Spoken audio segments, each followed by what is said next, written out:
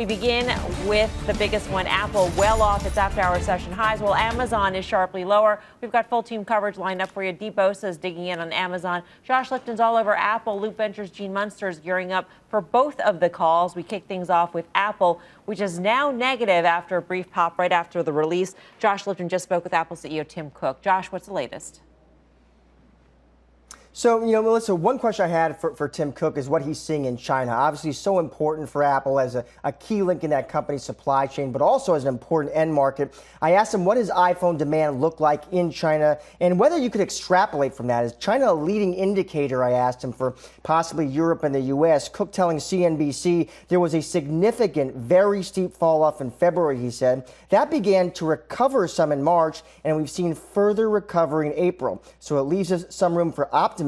It's hard to tell if that's a leading indicator. There are differences, Cook says. The U.S. has had a very bold stimulus program, and I think that will clearly help. And I'm optimistic about the pace of the recovery in the United States.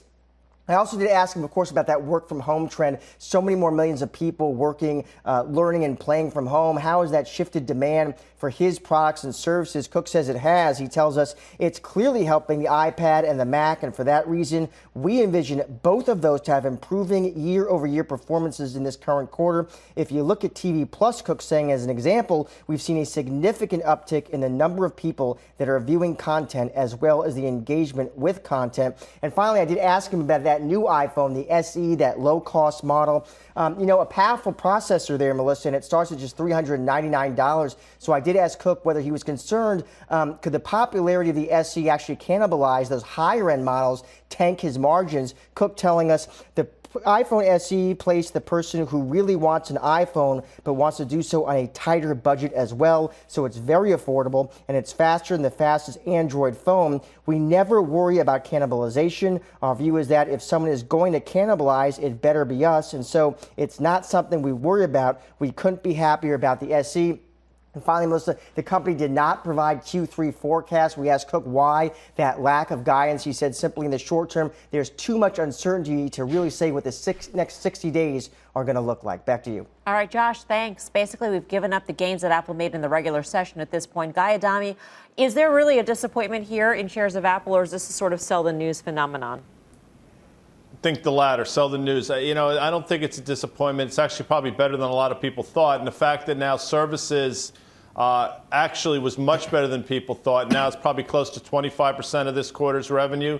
Is pretty encouraging. I'm sure there are things a lot of people will love. I'm sure there are a lot of things that naysayers will not like. And the bottom line is, to your point, we've just given back what we got today. I find the stock in this environment with today's tape somewhere in no man's land. The Goldman Sachs downgrade still resonates in my head. But for every Goldman Sachs, you have a Morgan Stanley that upgrades the stock. So at current price levels, I think you're probably pretty much spot in the middle of a range, and now you have to play stock market and ask yourself, are we starting to roll over, or is this market move to the upside still intact? I don't know the answer to that, but I happen to think that we're probably due for a little bit of a pullback broader market. Dan, what's your take?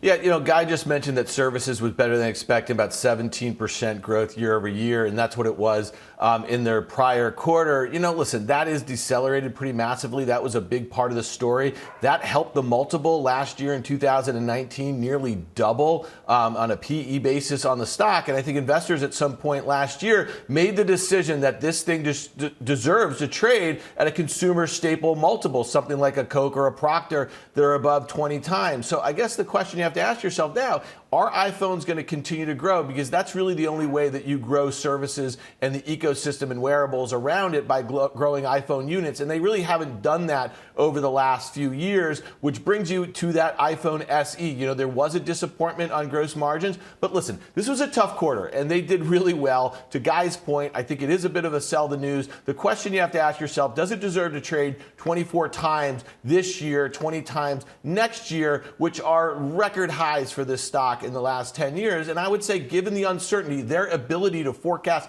the current quarter, I would say no. So I think it should settle in a little lower than here.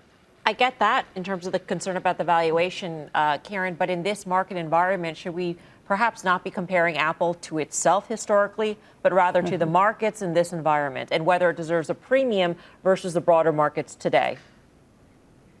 Right. Well, it is getting a premium, that's for sure. If you look at the PE, it's getting a premium, but also obviously that, fortress balance sheet, that deserves some part of the premium that goes to that. But I think that what Guy said, I think was right in terms of given the run that it's had. I think the short-term future for Apple is more beta, meaning with the market, than alpha, which would be Apple, sort of outperforming on its own. Given the run that it's had, this was a really good quarter. I was very pleased.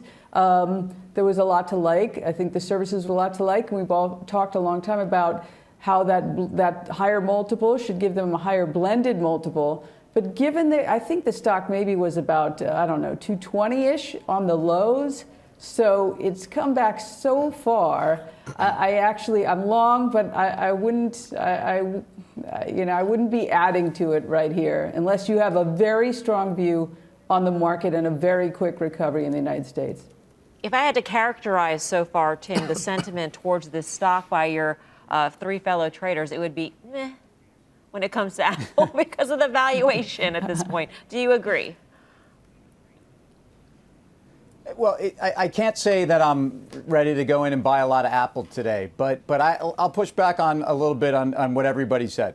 I'll push back on Dan and say that I actually think you have been growing services revenue the delta on services revenue has been growing in this difficult iPad shipment growth period. To Karen, I'd say that you actually had alpha in Apple, at least relative to the market, so it wasn't just beta, before you went into COVID-19. So Apple was outperforming the market on this sense that services revenue is doing well. And I forgot what Guy said, but I'll push back on him just for the sake of doing that. Now, I think you have a case here where the things that were driving this multiple, Guy talked about the multiple, the things that were driving the multiple, record services, and you know what else is driving the multiple? Their capital markets activity. So buyback activity, you've reloaded the gun. They're going to continue to pay this dividend. Apple has no one to apologize to in terms of how they've handled their buyback program. So for investors that want to be defensive in a market, JP Morgan puts a 20 times multiple. Goldman puts a 16. That's your bid ask as far as I'm concerned. And I would lean towards the top end of that.